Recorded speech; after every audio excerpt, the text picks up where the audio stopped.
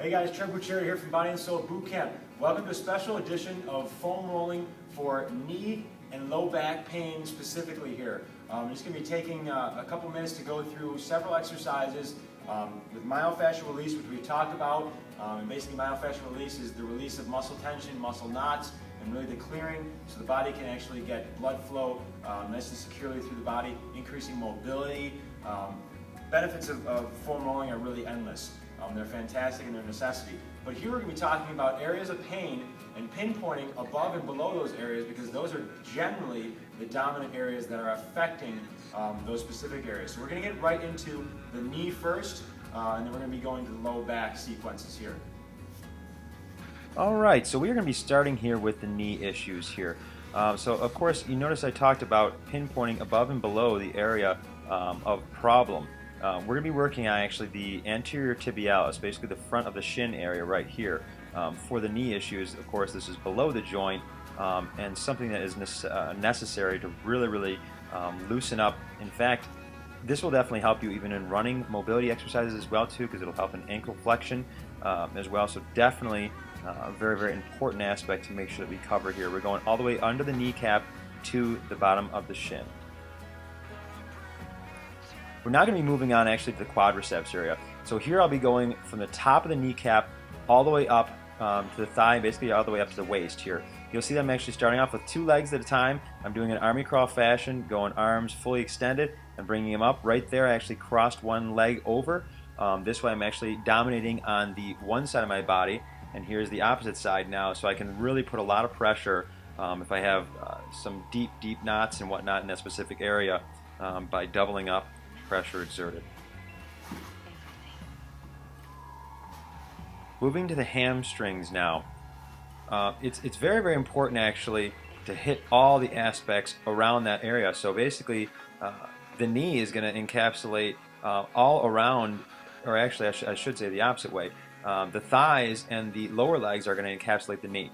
So it's very important here that we're adding getting the benefit of doing the hamstrings as well as the quadriceps, as well as the calves, as well as the anterior tibialis. Basically all 4 zones there are huge. So I just finished up the hamstrings there, again going from the underside of the knee all the way to the glute, and now I'm going with the calf area. So I'm going down from the Achilles area right to the back of the knee. So that way I've hit all 4 sections. And again, you'll see I'm adding more pressure on the calf area there by crossing the leg over to the opposite side. And now passing wise, it's really important to go about 20 passes to 25 passes roughly per area here, depending on the actual problem that you're having. This last area that we're going to be focusing on is called the IT band. This runs along the side of your body, should be actually relatively uncomfortable, but that's definitely part of it here as far as releasing those knots, releasing the tension inside here. Here I'm bringing it to the hip, all the way down to the side of the kneecap as well too. You'll notice actually that I'm using my one leg on the floor to brace and actually take some pressure off as well too. And the arms as well. You'll notice I'm actually planting on my one elbow, as you see here, and then putting my opposite arm on the ground, planted straight down actually. I'm actually taking a little bit of pressure off the side there of my thigh because you can really exert quite a bit of force here. So it definitely helps to alleviate a little bit of the pressure. But that being said, once you loosen up, you can exert more pressure in that specific area. And that is it for the knee.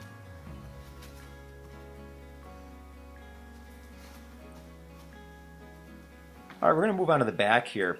So I'm actually going to start with the low lumbar spine. So if you're having any issues and tightness in the low lumbar spine, this is a really great way to start. Basically, I'm right at the top of the glutes here.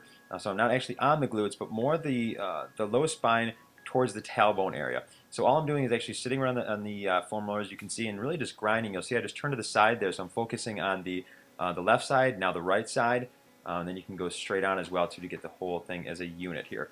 Moving back now and getting the glutes. So remember when I talked about problems happening in a specific area, say the low back, we're talking above and below that specific area that you're having pain is really dominantly where the pain actually is stemming from. So here we're hitting the glutes because it's below the low back, and then we're actually going to be hitting above that portion as well too. So continuing on the glutes, and you can see I'm rolling from left to right side to dominate the left and right glute.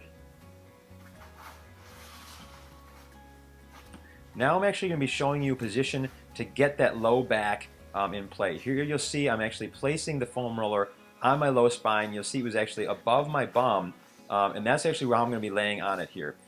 First of all, the mounting position. Sit to the side, raise yourself up on the foam roller, and then scoot down so your bum is hanging off. So here, I'm finding my area of focus. So if I'm really tight in that low back, I want the butt of that foam roller right in that area here.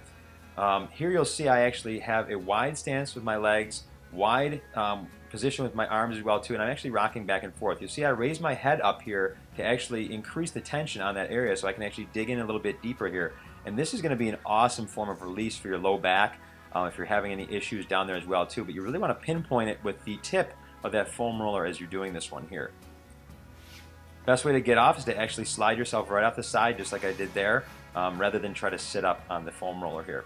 Now we're going to be actually doing the foam roller horizontal. Last one was vertical, this one's horizontal. So here I'm going to be actually bracing behind my head for extra support for my spine, for my low back, and I'm really only going to be taking this down to the mid-back. Mid-back all the way up to almost, well, basically the top of the shoulders here.